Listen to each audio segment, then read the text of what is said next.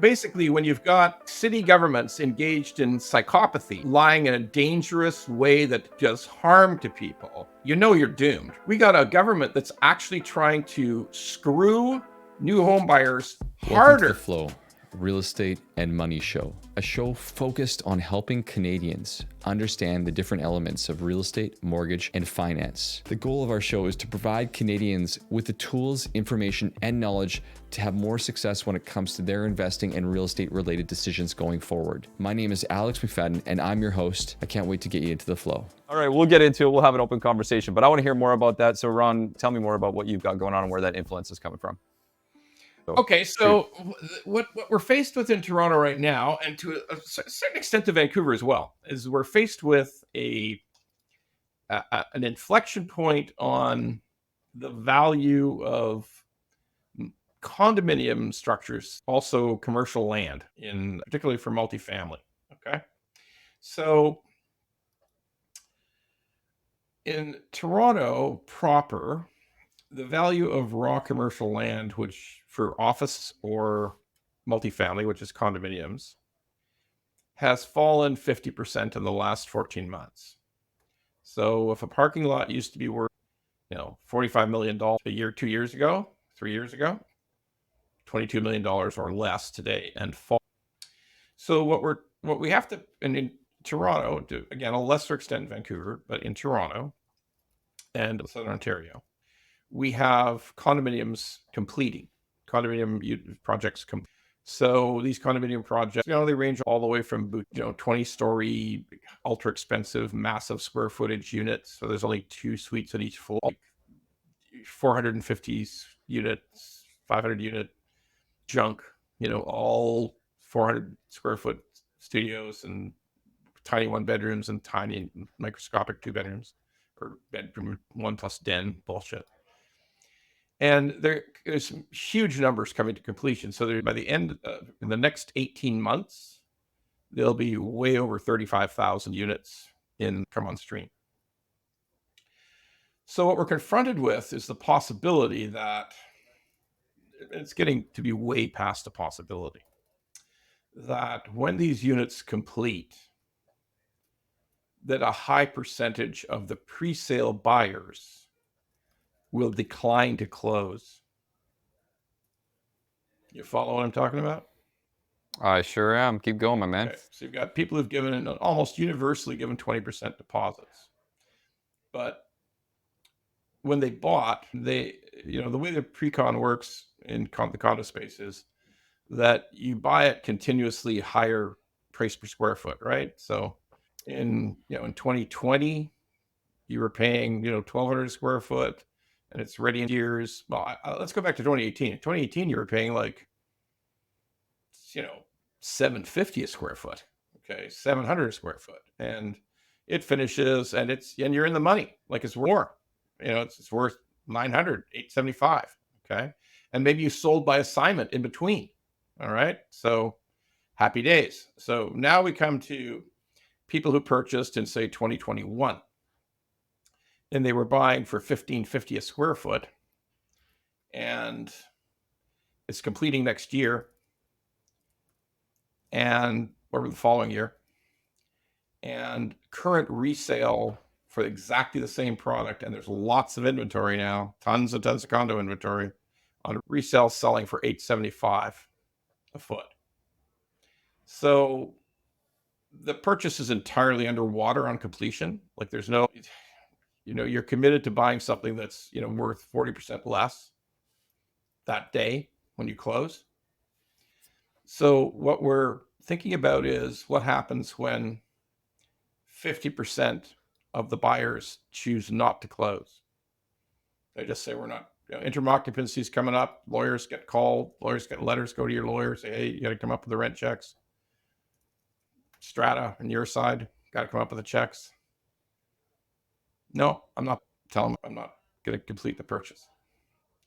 So what happens if that's 50% of the units? What happens if 50% of people say I'm not going to complete? Now, let's take it a couple. Tell me. Let's take it a couple more steps. What if 60% say they're not going to complete? What if 70% say they're not going to. Now people are starting to say, well, it's typical Ron Butler bullshit. Like, the sky is falling fucking fat guy. Okay. Like it's just, that's ridiculous. It's ridiculous to think 70% won't complete. But I'm old. So I'll take you back to 1993 when 80% of condos wouldn't complete. 80% of a finished building wouldn't complete. They just refuse. So nope, take my deposit. I'm not going to close. So it's not impossible. And based on the prices that we're seeing for resale today, it's possible, it's inevitable. Possible. So this phenomenon that we're talking about right now, this retail condo residential properties, obviously in Toronto, this is a Toronto. Okay.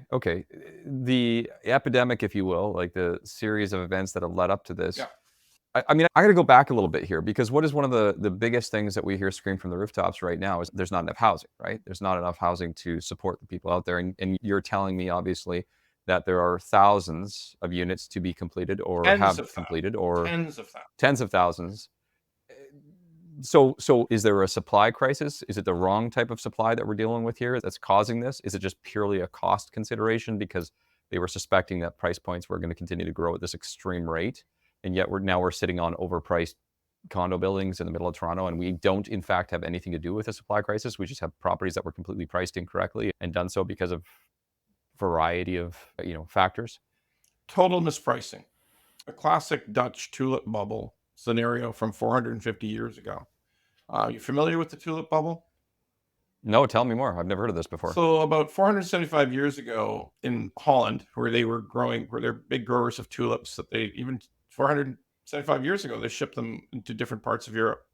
A virus and a mutation occurred, and the tulip grew that it was multicolored, where every other tulip had been solid color.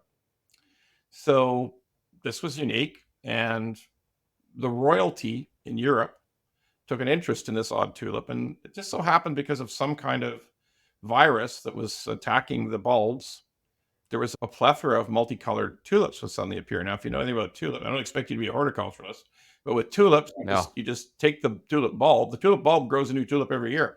You just have to break it in half, and you'll have 2 tulips. Then you could break those into 4, and you'll have 4, and you see the exponential growth of the tulip bulb thing. So royalty and rich people who were all royalty or lords or ladies back in those days, even rich merchants, took a great interest. Those are the greatest things to slice bread, this beautiful tulip. I'm going to one up my neighbors, and I'm going to have this multicolored tulip.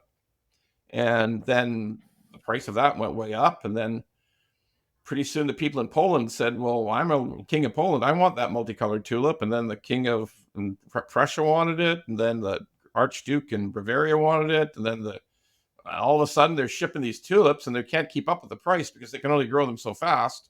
And the prices just kept escalating. And then the breeders of the tulips, the growers, started selling them to each other. Okay.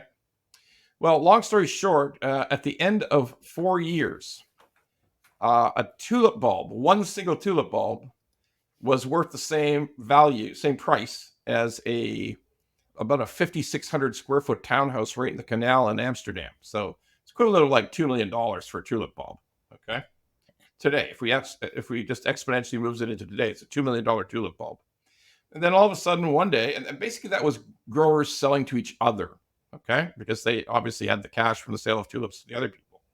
And then one day the king of Poland said, yeah, I'm tired of tulips. I don't want any more goddamn tulips. You can keep them. I'm not going to buy any more. The price of tulips collapsed overnight from $2 million back to $1. So that's what you call a tulip bubble. And because it was the first massive valuation bubble in the history of economics, okay?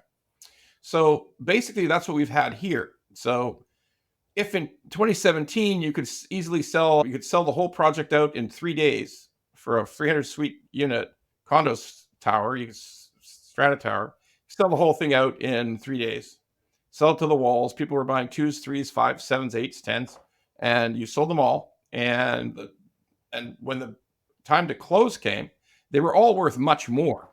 So in reality, about 80% of them sold by assignment. You're familiar with sold by assignment, obviously, okay?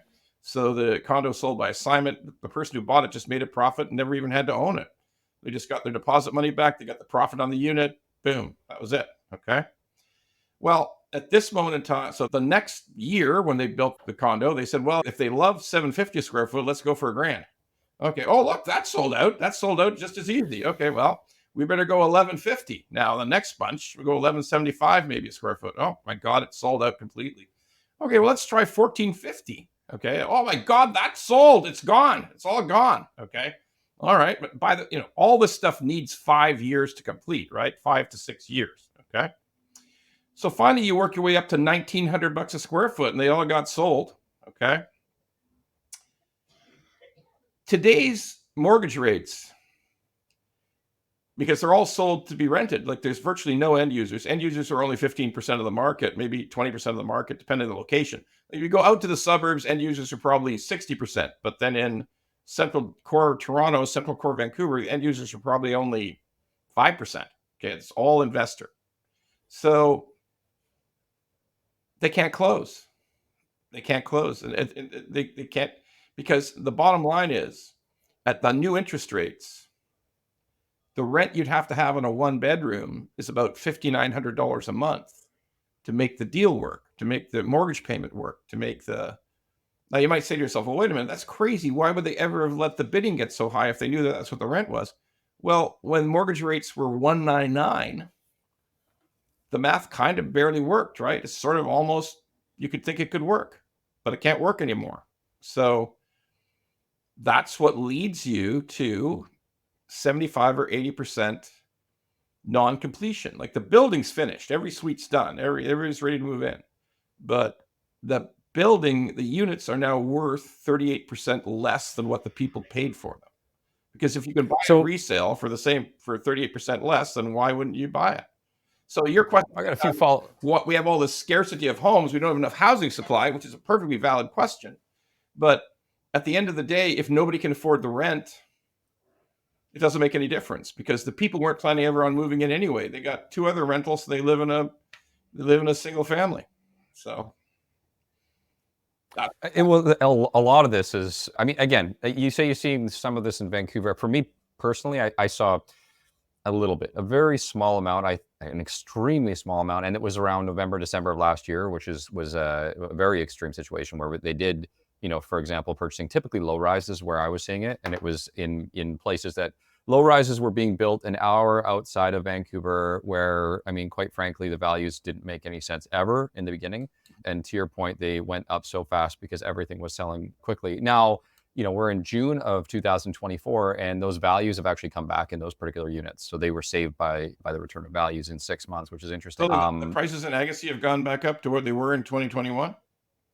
The Mission condos is where they were, which is pretty darn close to what you're talking about right there. The ones that I was referring to that were coming in about $30,000 to $50,000 under value have come back. Yeah. Okay. Yeah, they came back. And I think that purely came down to qualification, Ron. In this case, there's very few of them around there. But we're dealing with a much bigger issue here. And you're talking about Toronto core, and you're talking about $2,000 a square foot as opposed to, I don't know, 700 or 600 or 500, depending on the nature of the location.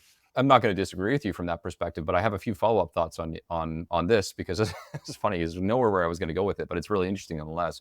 There's no hiding the fact that the narrative, either right or wrong, in our country is that there is a shortage of real estate. Correct? It's not a narrative; it's a fact. Yeah, go ahead. There's a fact. Okay. Shortage of homes to buy. Yes, correct. Yeah. Yes. Okay. And yet, of course, you're suggesting that we have, and not suggesting, the reality is we have a glut of potential inventory that's brand new, sitting there waiting to be purchased or rented out. Yet it was mispriced. It's mispriced. Yeah. 30 to 40% high, probably somewhere in that ballpark, right? Like way above the board. And so, I mean, the reality is a lot of developers and a lot of people got caught, not just home buyers, but a lot of developers got caught up in this clearly as well, because they're just as bad for overvaluing the markets. But I don't know who's in the wrong or who's in the right when it comes to that. The person jumping in on the train and saying, I think it's going to be worth another 10% by the time it's built, or the person who's developing it and saying, well, I can get it. Why don't I sell it? You know what I mean? I mean, first of all, because it is an issue that is going to be persisting for the better part of probably the next year or 2 years, maybe longer at this point right now. What do you think is an actual solution for that? Do you have one? Did you have a thought on that? Sure. I know exactly what's going to happen. A certain amount of them are going to go into receivership. Okay. And they'll be sold off When you put the developed building into receivership, the developer takes a haircut. The lender takes a haircut. The primary lender takes a haircut. The developer loses everything. They loses every penny they put into it, and effectively, you're marking the land cost down to zero. So the land cost goes to zero. The developer, for whatever cash they had into the project, they lose all of it, and the lender eventually takes a haircut. And there's some entity steps in and buys the whole batch out of receivership, somehow placates the people who are willing to close in some way, buys the whole thing out of receivership and starts to sell the units for substantially less. That's what'll happen. Have you seen this happening yet? Have you seen any signs of this actually going through, or do you think that people are still holding out? Or we just don't have enough of that? Absolutely seen it. We haven't seen that scenario because we're only at the very beginning. We see problems with like 15% of the buyers won't close. Now, when 15% or 22% won't close, the builder can seize their deposits, obviously, seize the deposits, 20%, and go to an inventory lender for a very expensive loan so that the builder can buy up all of those titles. And with the 80 or 85% of people willing to fund their mortgage, willing to close on the condo, you can get enough units done so that you can close the condo corp, and the first mortgage holder and any tertiary or tertiary mortgage holders are paid in full. And the builder the builder's going to end up taking a haircut in the end, but the actual condominium corp forms, and that building is now in good standing. But the builder has had to take on these failed purchases, and in all likelihood will sell them at a discount. Like obviously you can discount at the 20% deposit, right? That's easy. That's an immediate 20% discount. And that's happening today, right now. Right now, this is happening. Okay. Some of the builders are litigating for the difference, but in reality, that might not come to much fruition. But yeah, we're seeing situations right now where like between 15 and 20% of the buyers refuse to close. They just say, just take my deposit and chase me. I'm not closing. Okay. So if these units are already, I know you had a thought there, but if these units are already significantly overpriced from the beginning, and they're overpriced Well, but relative right they're now, only maybe overpriced 20%. And that's the deposits. So that's all functional now. Okay. And by the way, the builder bought those units up as an inventory loan. So they don't have to disclose that they're only going to start discounting them later after all the other mortgages are in place of all the other 80% of the people who are willing to close. So as far as the lenders on those mortgages are concerned, the banks who lent on those mortgages to buy the condos are concerned, the price was the right price at the time. But as soon as the builder starts selling them, the values in the buildings start to come off immediately, instantly. And we were talking about it from a lending perspective, based on you were talking about just in the beginning of this conversation, how some of these mortgagors and lenders and banks feel about said issues right now. Have you heard any feedback from any of them as far as how they're approaching this circumstance or any fears that they have? Oh, hell no. I mean, you got to get them drunk just for them to whisper about it. Okay. There's no official discussion of this from a lending standpoint. None. The people I'm talking to are people in the industry who are on all sides of this, such as lawyers and the realtors who sell commercial property. And I'll give you an example. In Toronto today, the price of commercial real estate, like raw land, like a parking lot, for instance, or an old, 2-story store that could be turned into a condominium or an office. The price of that land has already fallen 50%. And it's only going farther. It's going to go down. It's probably going to go down another 25%. So the price of raw land or developable land within the GTA is probably off by 75%. In the end, by next year, it'll be off 75%. We have this crazy dynamic right now where we started off saying, okay, we have these thousands of quote unquote incorrectly priced units or priced above the market at the time. We have obviously exceptionally high interest rates relative to where they've been in the last 15 years. We have quote unquote supply issue, rent rates that aren't going down, and they're going down in 416. They're going down. They're down 7%. Okay. They're down 7% for the beginning of the year. Okay.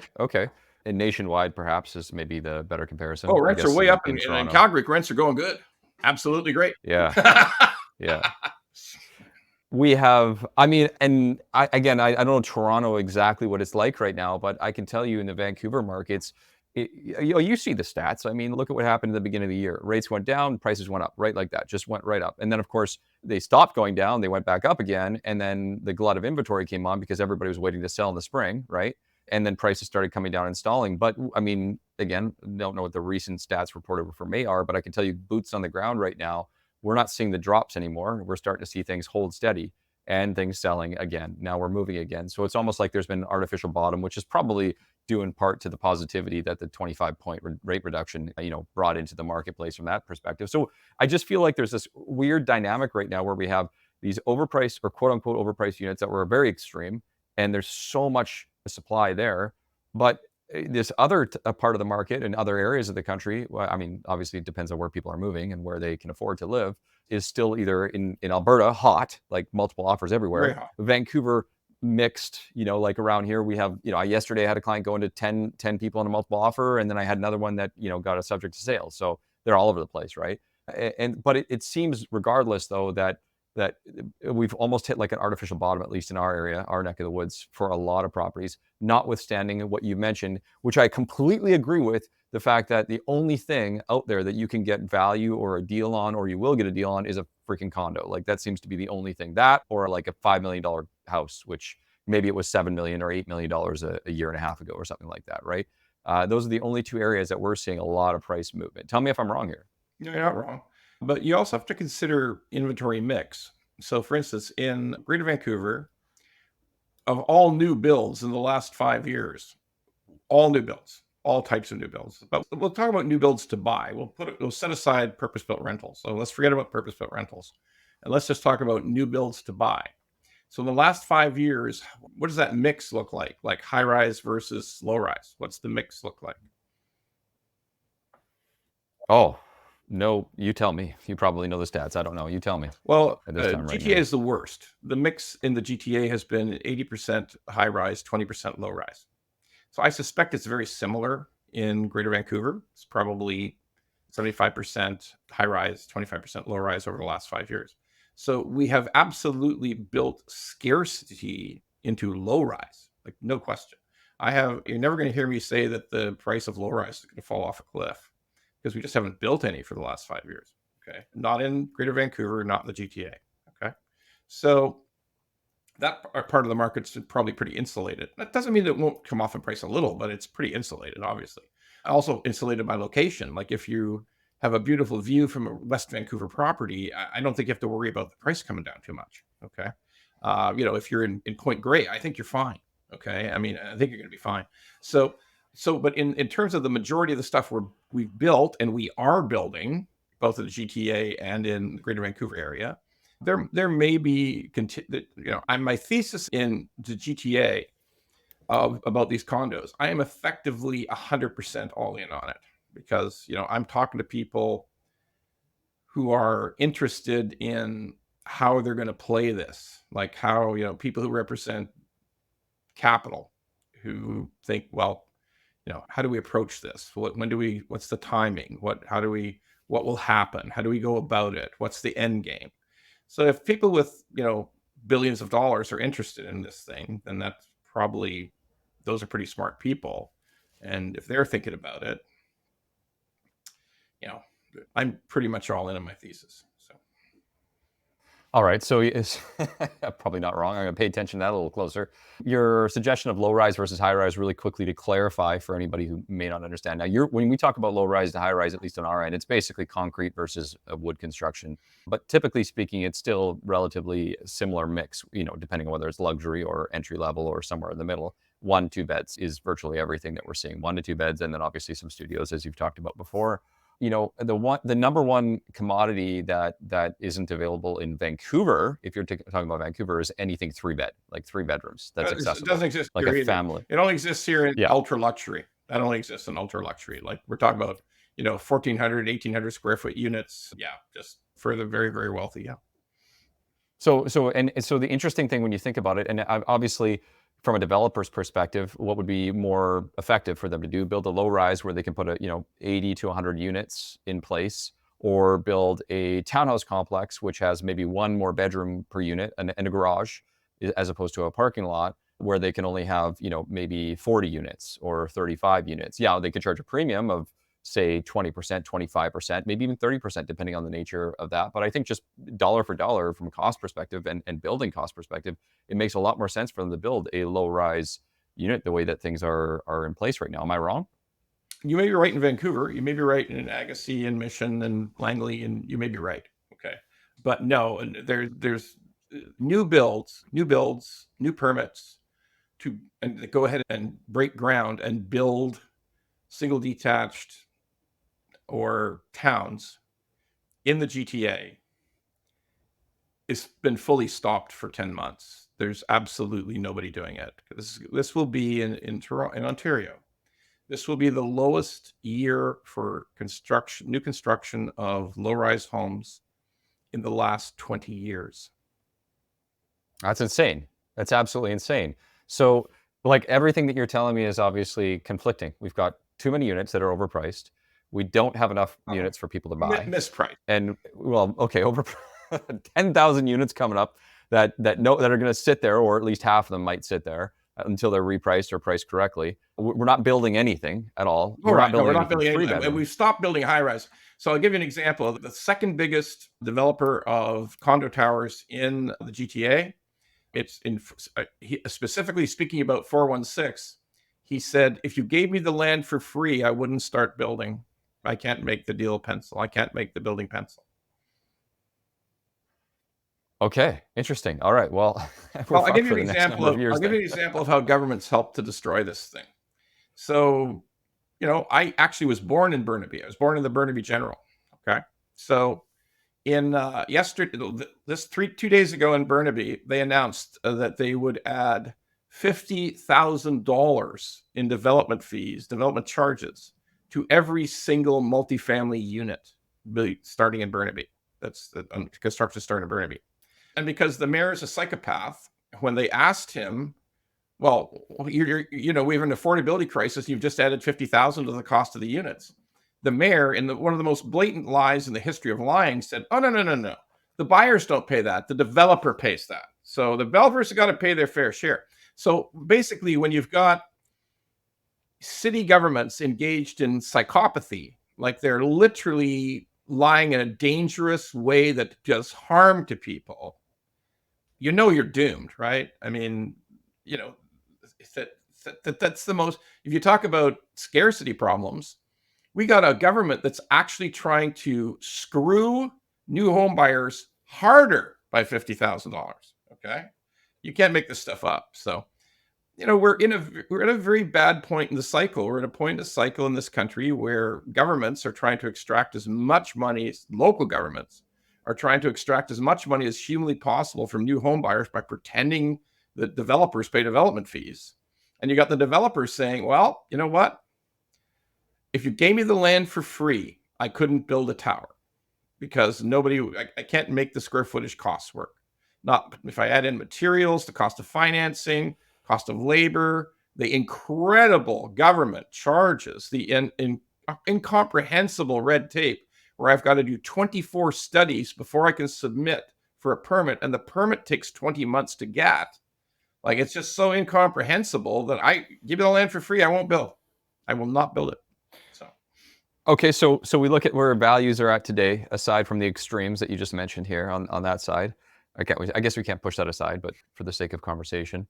And we look at the fact that we're not building anything, and we look at the fact that we're bringing people into our country like it's going out of style.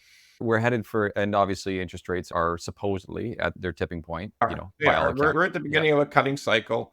We'll see another 2 cuts this year in Canada, and we'll probably see an additional 4 to 5 cuts next year.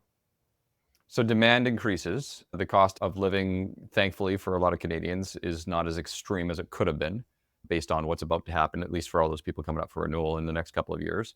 And yet we don't have anywhere near enough of the proper types of construction or any kind of plan to get there. And our governments are essentially increasing the costs week by week, year by year on building a home. Correct.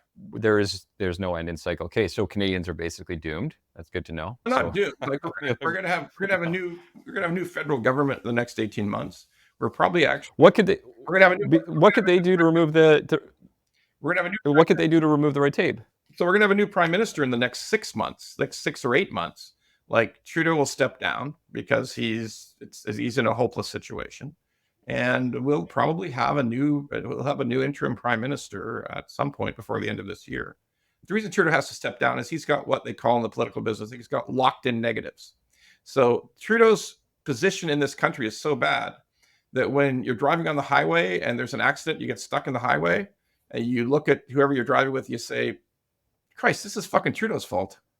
Okay, so if you get out in the morning and then you're on a golf course, it starts to rain, you look up at the sky and say, fucking Trudeau did this with the climate stuff, right? Like, so that's called locked in negatives. So the negatives are so locked in. If he just quit and they put in anybody else to lead the Liberal Party, the Liberal vote goes up 14%.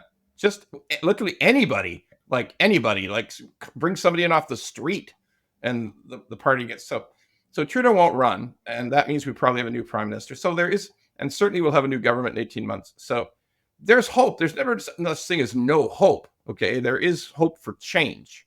Change will come, and it'll even come to the point where a guy like David Eby, I think as long as he can get through this next election, I think a guy if he can come out with a majority after this election that's coming up, I think he's the kind of guy who'd say, listen, we're going to have to tear up the Municipalities Act, and we're going to have to start telling these people what they're charging for development fees. We're going to have to tell them that they can't do what they're doing, that they can't act, immorally like they're doing. So, there can be. So I want to touch on that briefly. There's 2 points there. Number one is I think people are, well, and this is a point that I haven't had a chance to get to, and we're going to transition to this in a second here, which is first and foremost, people are informed more now than ever before, like more now than ever before. Now, I'm not saying that they're getting the right information all the time, and it's not all accurate all the time, but they are more informed. I've talked about this over and over and over again on this podcast and my Instagram and so forth, is that there is so much more information available to the average individual. And I've never seen, thinking back, I got licensed in 2011, so not as long as you, but 2011, it's been a bit. And I've never, ever come across any period of time like it's been the last 12 months where people are in tune with general understanding of the rate cuts and what's going on and what's to happen next. And they all know it's June 5th. That's June 5th. It's the date. Not that they know exactly what this means, but they understand the impact potentially on the marketplace, at least a lot of the clients that I talk to on a regular basis. Listen, so when a plumber starts using the term basis points, there's a lot of knowledge out there. They know what beeps are. Come on. People are smart, man. They're smart. We don't give the average individual enough credit. We give them the information. They know what to do with it, right? So, I mean, when I think about it from that perspective, you're not wrong about where things go and the negativity around, I don't know, whether you like or hate him, which I assume that most people don't like him, is Trudeau, where he's at. But you touched on Eby, and I'm going to tell you, man, the general sentiment around him, at least for the group of people that I talk to, is not positive. It's less than positive. It's very negative. If you were depending on Airbnb, you're not feeling any love for Eby, that's for sure. I think we're going to go in a little direction on that one, but I think the reality is just too many changes too fast for them to actually have any shape, and many of them weren't thought out in a way that could have been unrolled in a manner that was it just had time to gradually, hit the ground running. It's let's just throw all this shit at the fan and see what happens here. All the things all at one time. And there's some good there. There's some good there, but the flip side of that, there's just so much bad that was thrown in as well. But I'll give him this. He did something, whereas most of them just don't do anything. So I will give him that as far as making any level of change.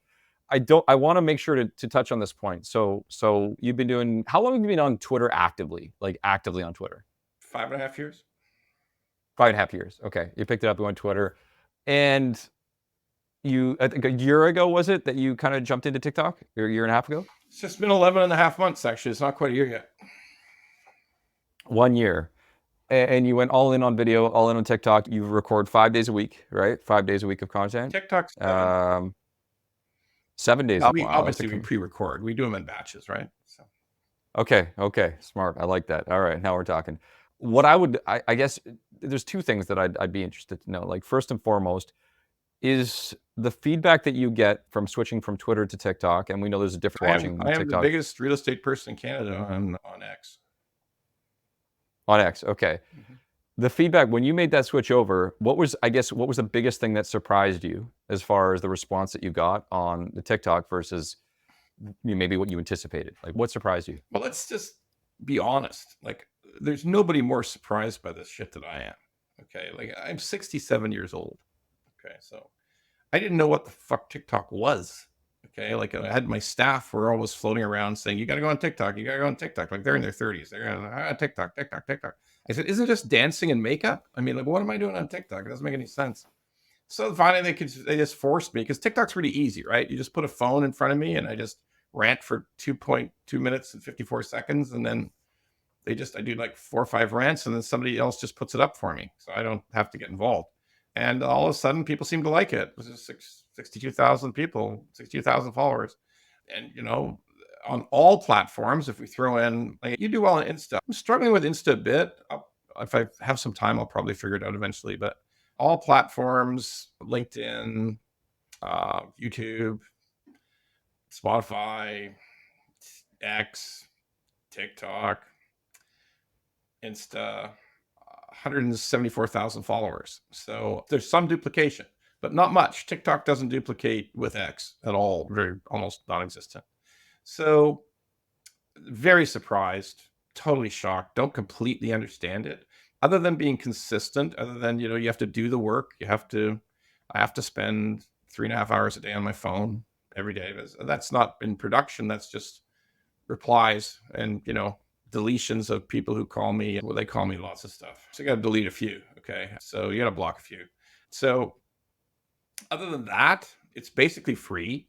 We spent a few bucks to put the studio together, but it's basically free. So, like, you got to love free advertising, right? Because I'm a person who paid for advertising for 2 decades of my 2.5, still pay for some advertising. So, it's just it has a strong economic model. That's for sure. But I like genuinely, I'm curious of what was on your side because the success is there and the track record's there. Is what surprised you when you made that move to TikTok? Was there anything that to me, like, anybody who wants to listen to this bullshit? Okay, like, I mean, I'm very grateful to the people who like to watch what I put out there, but and they seem to like it. Sometimes not. Sometimes they'll tell me things that are like physically impossible to do, but I'm grateful. I mean, that's all I can tell you. And it's fun. Like, it's fun to say what you think in just the most blitheringly obscene way you can think of. So that's kind of fun. I think the truth of the matter is that you're so unequivocally you. You're not afraid to be you, and you're not afraid to speak your voice, and you show up the same way every single time. I think that's the missing link when you talked about dancing people and jumping on there and so forth. The ones who do the dancing people who do really well are the ones that actually love dancing and they're good at it, not the other stuff, right? So when you hop on X or TikTok or something like that, and now obviously our first time ever actually interacting, I'm like, hey, it's the same guy. Talks relatively similar to the way he does, maybe slightly toned down. We'll try to get you up here towards the end, but it's exactly the same thing. People know what to expect, and it's not you, right? And I think that's the biggest mistake that people make in any real estate related or any marketing on social media. Why do you think, off of that, like we talked about the change, your plumber knows what basis points are, and they're tuned in, they understand what's going on. Why do you think that Canadians are so obsessed with real estate now more than ever? Is it just the economic climate? Is it something else? Like, it just seems like an actual pastime and obsession for us here. Well, if you raise mortgage rates the fastest, steepest in the history of this country, you're going to attract a lot of fucking interest. Okay. Like, because some of this stuff is becoming your economic survival. That's reality, right? I mean, it's, I've got a variable rate mortgage that is now growing. It's in reverse negative amortization now. I make the same. I've made the same payment, but my mortgage grows $800 a month. It grows $800 every month. It's coming up for renewal in a year, and if I just try to guess even if I can get my bank to go back to 30-year AM, my payment's going to go up $1,950. This is a big fucking deal, okay, in my life. Like, it's very big. because that's a one-time massive increase. It's not like being with Scotia or National Bank where it went up gradually over the course of a year and 14 months. This is like a stake through the heart. So people pay attention. You know, when your economic life is on the line, you pay attention. When you own 2 rentals and you're going to go way negative on the cash flow, like you're break even now, or you're making a few $100, and once the renewals hit, you're going to be in a deep pit. You pay attention. Like, it's important to you. Okay. If you desperately want to buy a house, if you're a young person who desperately wants to buy a house, I mean, you know, for whatever reason you didn't and your friends did 8 years ago, and how much different things are for them and how much harder it is for you, you pay attention. I mean, it's just, you know, it's when I first started in this business, a lot of our clients were, it's going back 29 years. There were clients who were the assistant manager, the produce manager at a Safeway and a PSW. You know, they could buy a house. They could do a 5% down house. Okay. Nobody in those job categories can buy a house today, unless it's maybe in Saskatoon or Regina or Winnipeg or Frederick. Oh, you say house, you're referring to a detached house. Yeah, they were right? buying Like, a that's what you're talking about. single family home in Ontario, I mean, we can. in the GTA. As the produce manager, no, there's no Safeway here, but as the produce manager at Loblaws or the PSW, they had enough. The price of homes was about 3 times income, and you could buy a CMHC home. You could buy it through CMHC. You could buy a house. That does you never see anybody like that buying a house right now in your world. I mean, there's a few. Definitely, we're at the extremes right now, but I mean, we can agree on maybe we won't, but I think we can agree that real estate isn't, in this case, isn't just a Canada thing. Like, economically speaking, it's everywhere. And we're now at 40. No, that's not true. Not true at all.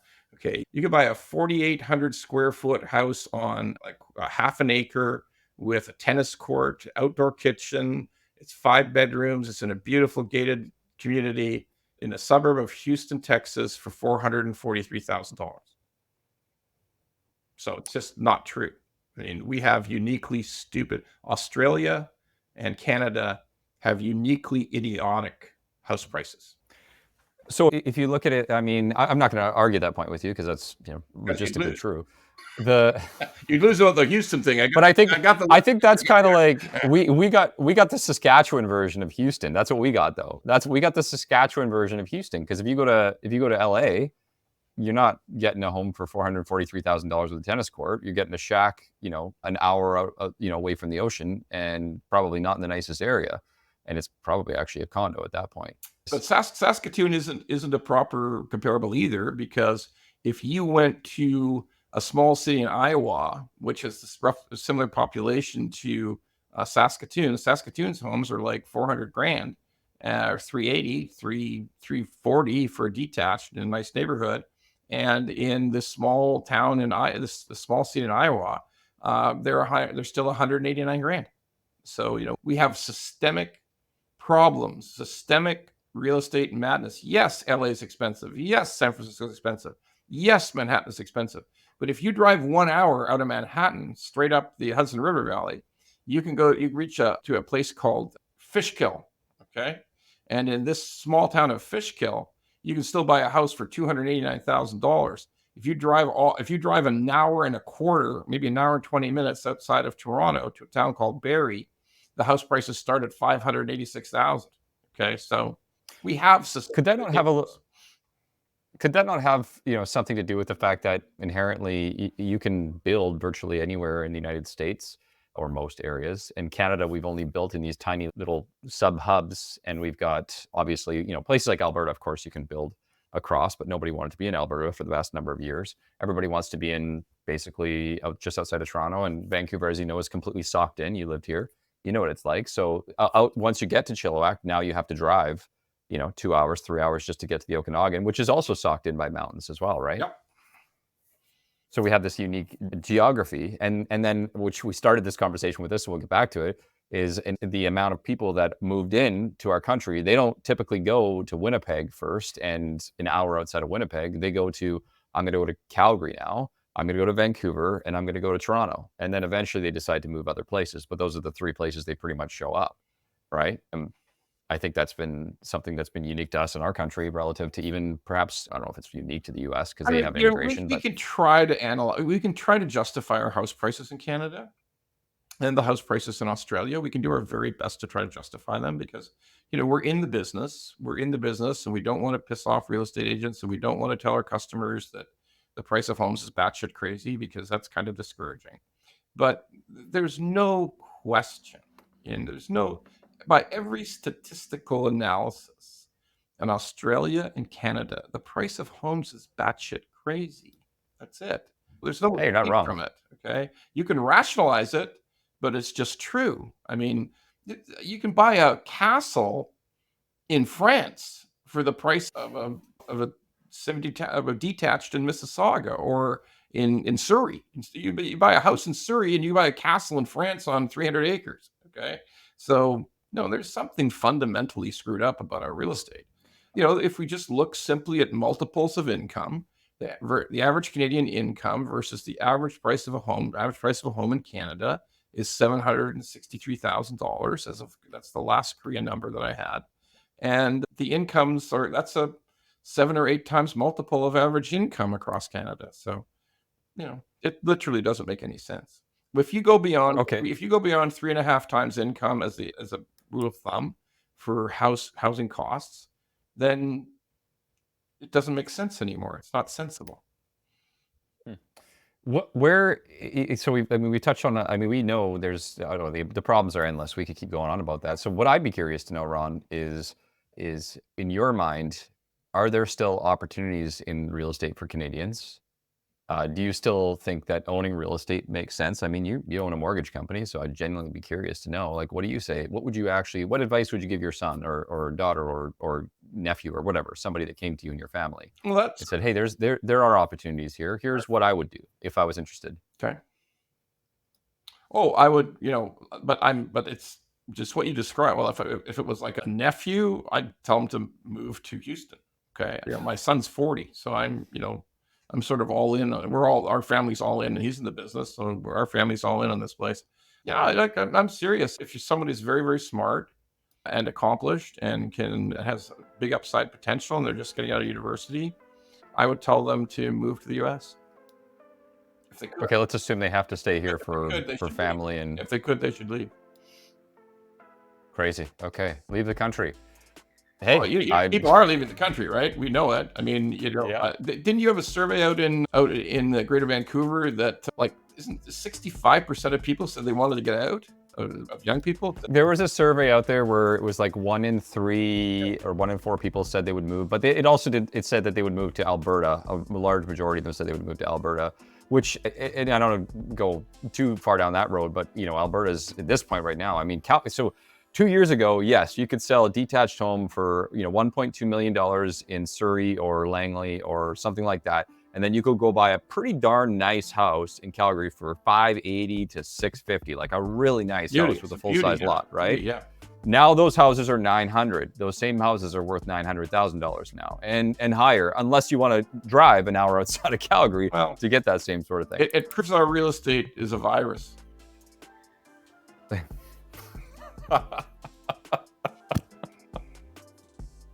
I love that. I feel like we need to end it on that. That's so good. Real estate pricing is a virus. But I'll tell you, I'll help you out with one thing. All right. The price of condos in Toronto, the price of little tiny condos in Toronto, 400 square foot studios in Toronto in 2025 is going to be one hell of a lot cheaper than it is today. I guarantee you. We're going to get a deal. I love it. Thanks, Ron. Appreciate you, buddy. Thank you. That was an unreal episode of The Flow. I hope you enjoyed it as much as I did on my side right here. If you haven't already done so, make sure to check out all of the incredible resources that we have available. You can find us on Instagram at Flow Mortgage Co. You can find us on our website, getflowmortgage.ca. And of course, don't forget our free first-time homebuyer masterclass that's currently available on our website for anyone who listens to the episodes. And if you loved what you listened here today, the only thing that we ask for is to share this with someone else that you think this could help. And hey, maybe leave us a great review online.